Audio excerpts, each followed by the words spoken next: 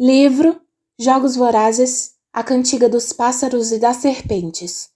Autora Suzanne Collins. Lido por Camila Saboia. 3. Coriolanus estava na plataforma de trem vazia esperando a chegada do seu tributo, com uma rosa branca de caule longo equilibrada com cuidado entre o polegar e o indicador. Tinha sido ideia de Tigris levar um presente.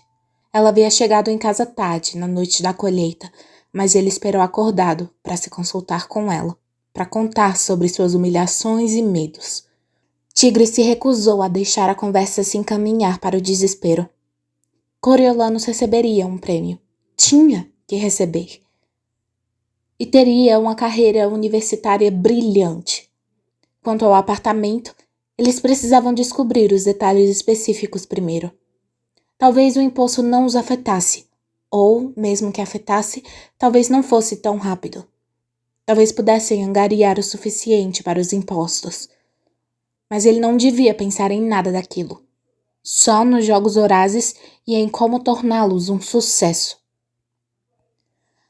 Na festa da colheita de Fabrícia, Tigris disse que todo mundo ficou louco por Lucy Gray Baird.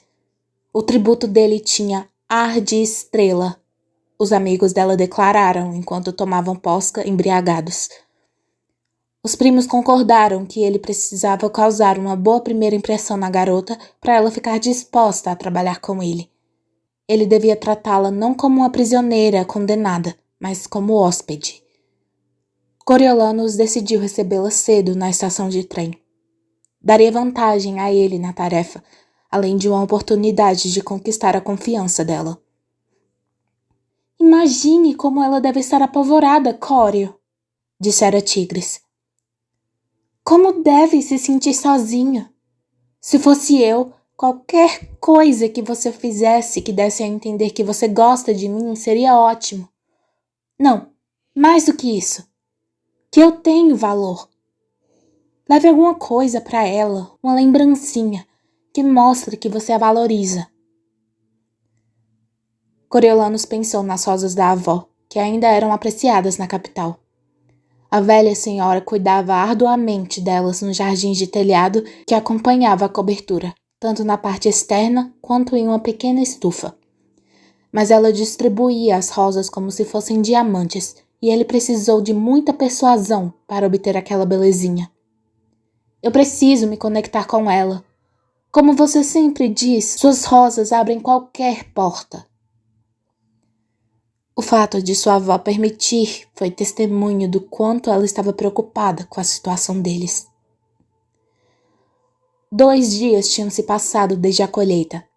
A cidade continuava sofrendo com o calor opressivo e, apesar de ter acabado de amanhecer, a estação de trem começava a ferver. Coriolanus se sentiu exposto demais na plataforma ampla e deserta, mas não podia correr o risco de perder o trem. A única informação que conseguiu tirar do vizinho do andar de baixo, Remus Doolittle, um idealizador dos jogos em treinamento, era que chegaria na quarta-feira. Remus tinha se formado na universidade havia pouco tempo, e sua família pedira todos os favores que podia para conseguir aquele cargo, que pagava o suficiente e oferecia uma boa oportunidade de futuro. Coriolanus poderia ter tentado conseguir a informação pela academia, mas não sabia se esperar o trem seria algo visto como ruim. Não havia regras propriamente, mas ele achava que a maioria dos colegas esperaria para conhecer os tributos em uma sessão supervisionada pela academia no dia seguinte. 1 hora se passou, 2, e nenhum tipo de trem apareceu. O sol entrava pelas vidraças do teto da estação. O suor escorria pelas suas costas, e a rosa, tão majestosa de manhã, começou a se curvar de resignação. Ele se perguntou se a ideia tinha sido ruim, e se ele não receberia nenhum tipo de agradecimento por recebê-la assim. Uma outra garota, uma típica, ficaria impressionada, mas não havia nada de típico em Lucy Gray Baird. Na verdade, havia algo de intimidador numa garota capaz de fazer uma apresentação tão ousada logo depois de uma agressão do prefeito. E isso logo após jogar uma cobra venenosa dentro do vestido de outra garota. Claro que ele não sabia se era venenosa, mas era isso o que se pensava automaticamente, não?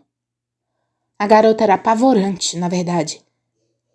E ali estava ele, de uniforme, segurando uma rosa como um estudante apaixonado, esperando que ela... O quê? Gostasse dele?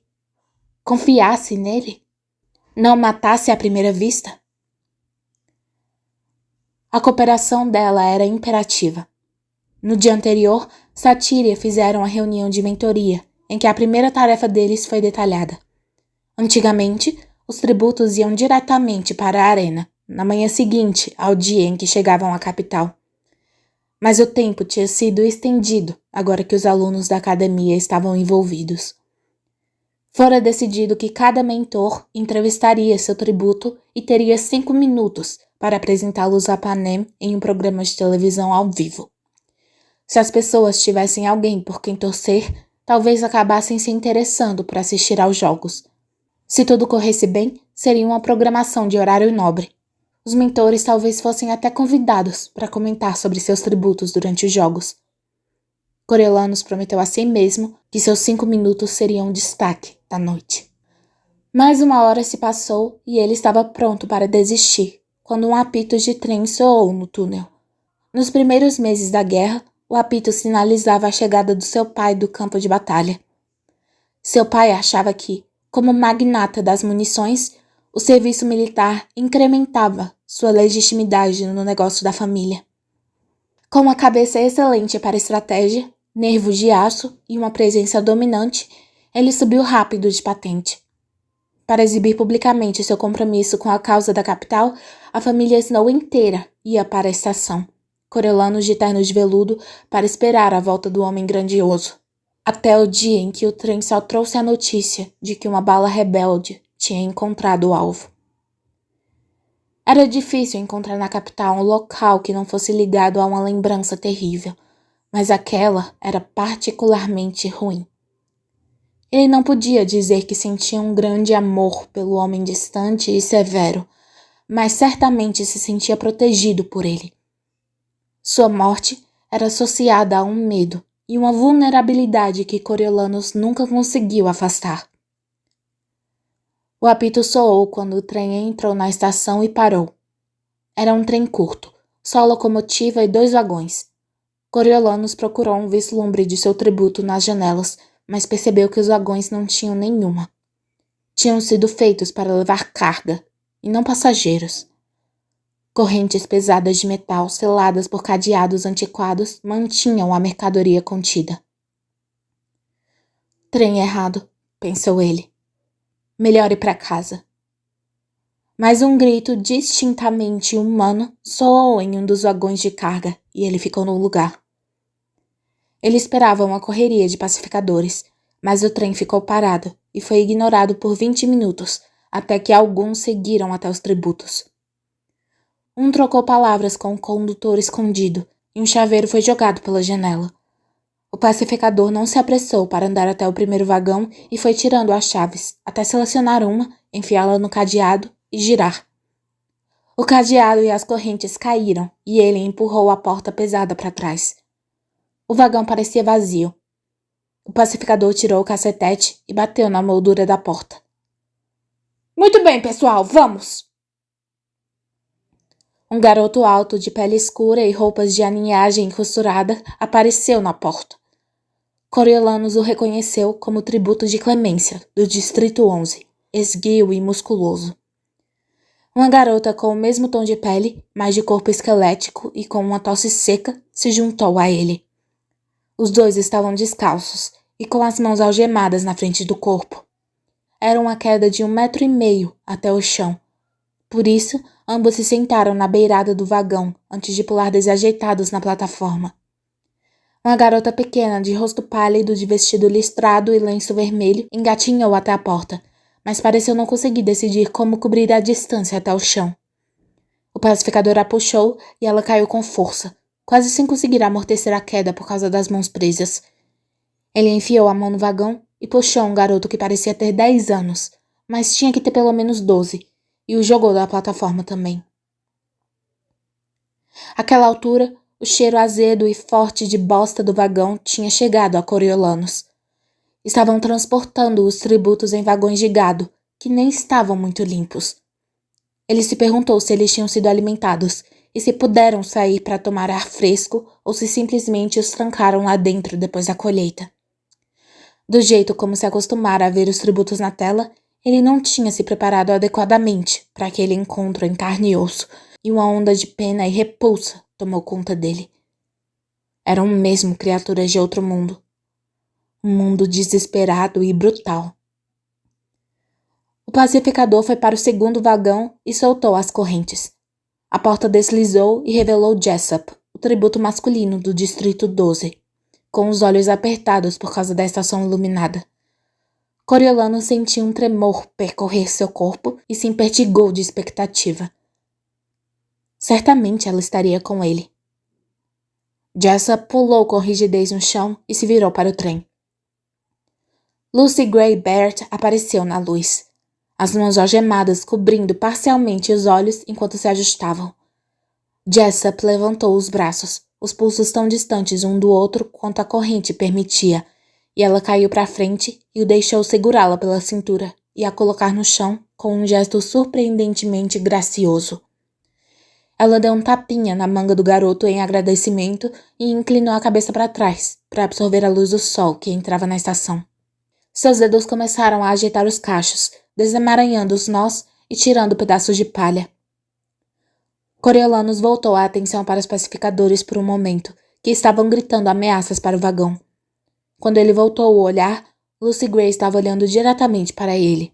Ele teve um pequeno sobressalto, mas lembrou que era o único na plataforma além dos pacificadores.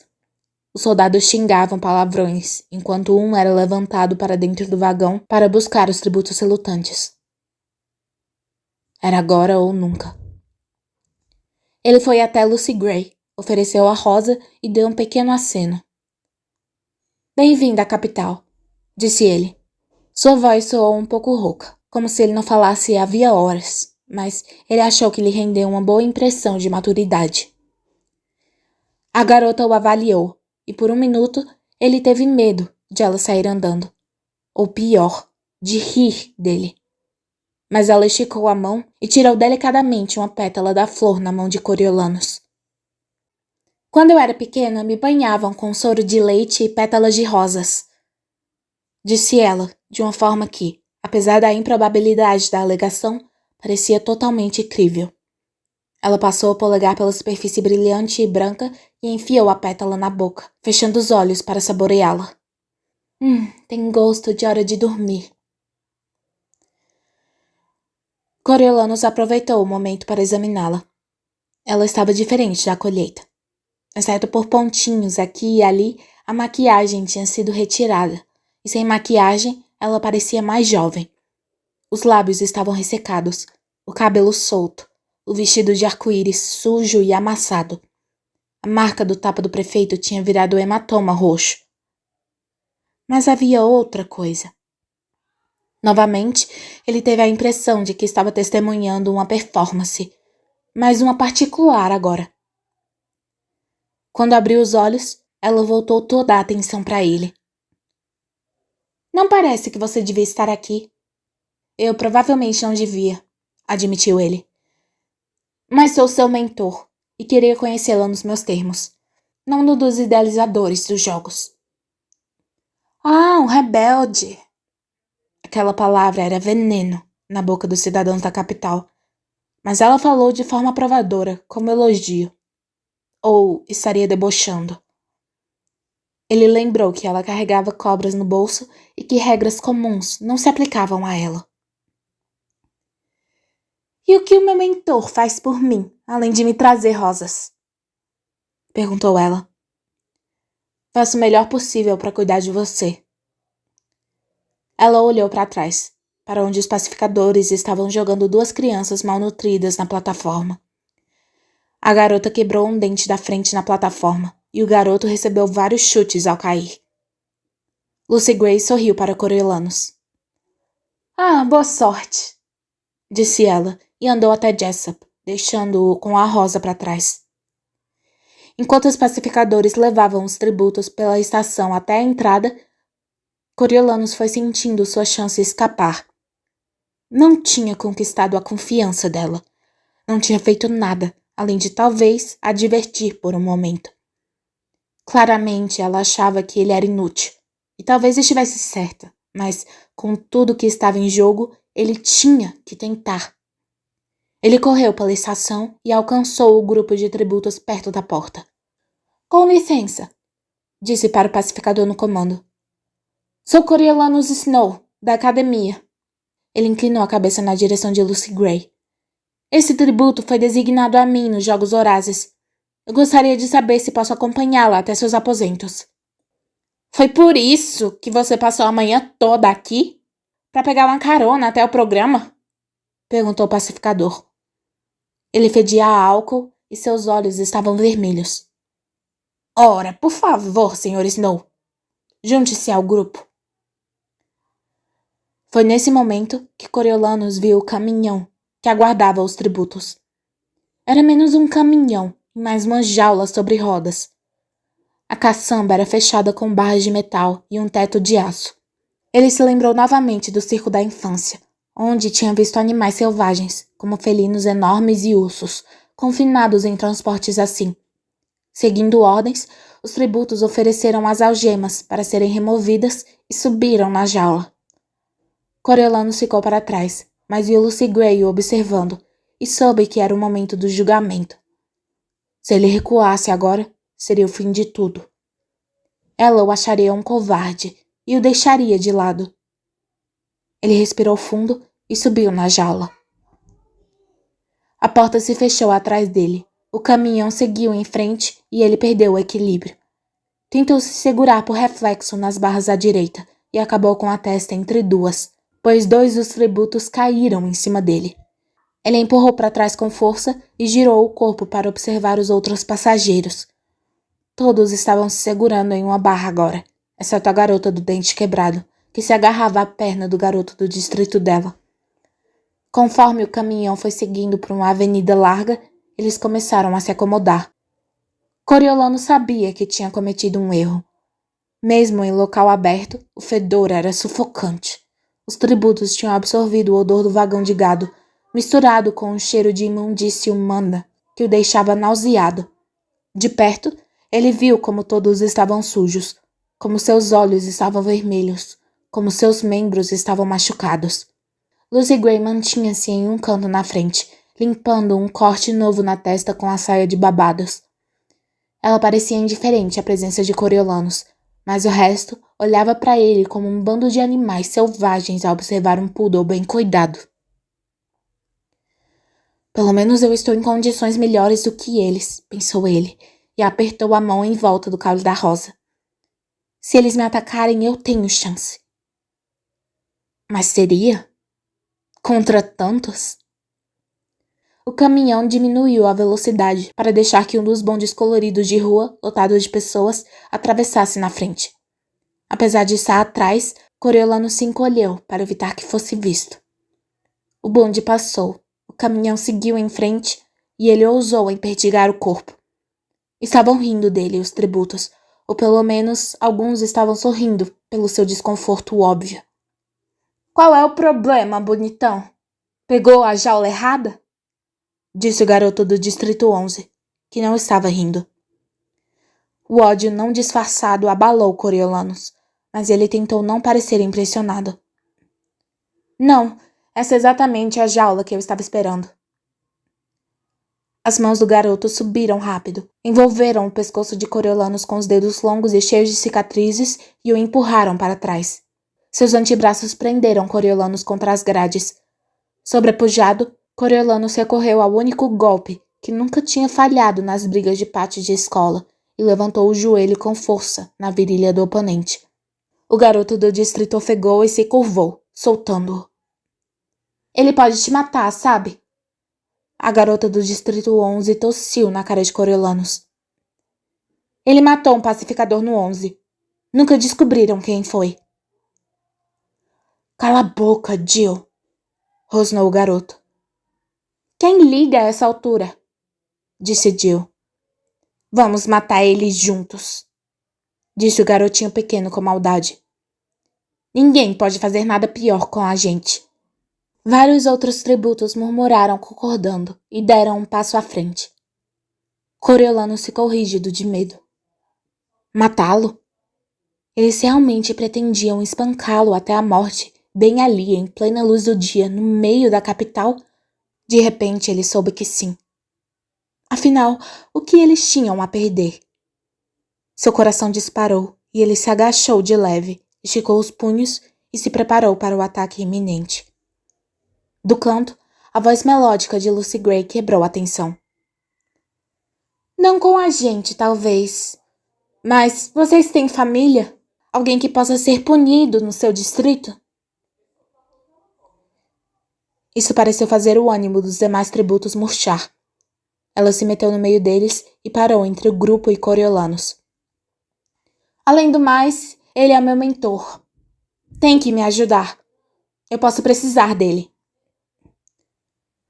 Por que você tem um tutor? Perguntou Jill. Mentor.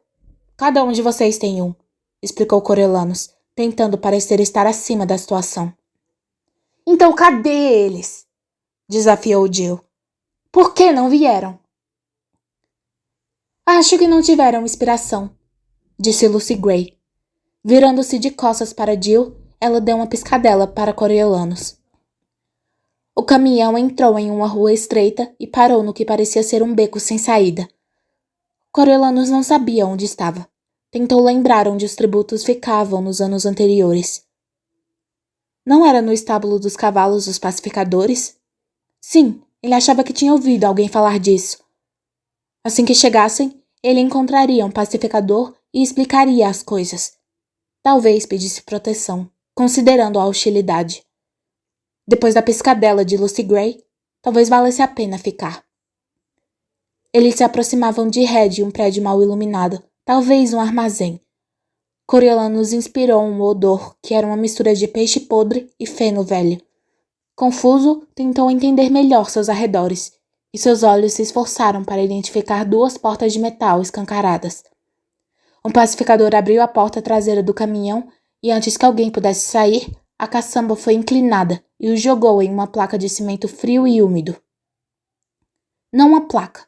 Estava mais para um vão, pois era inclinada num ângulo tão extremo que Coriolanus começou a escorregar na mesma hora, junto com o resto do grupo.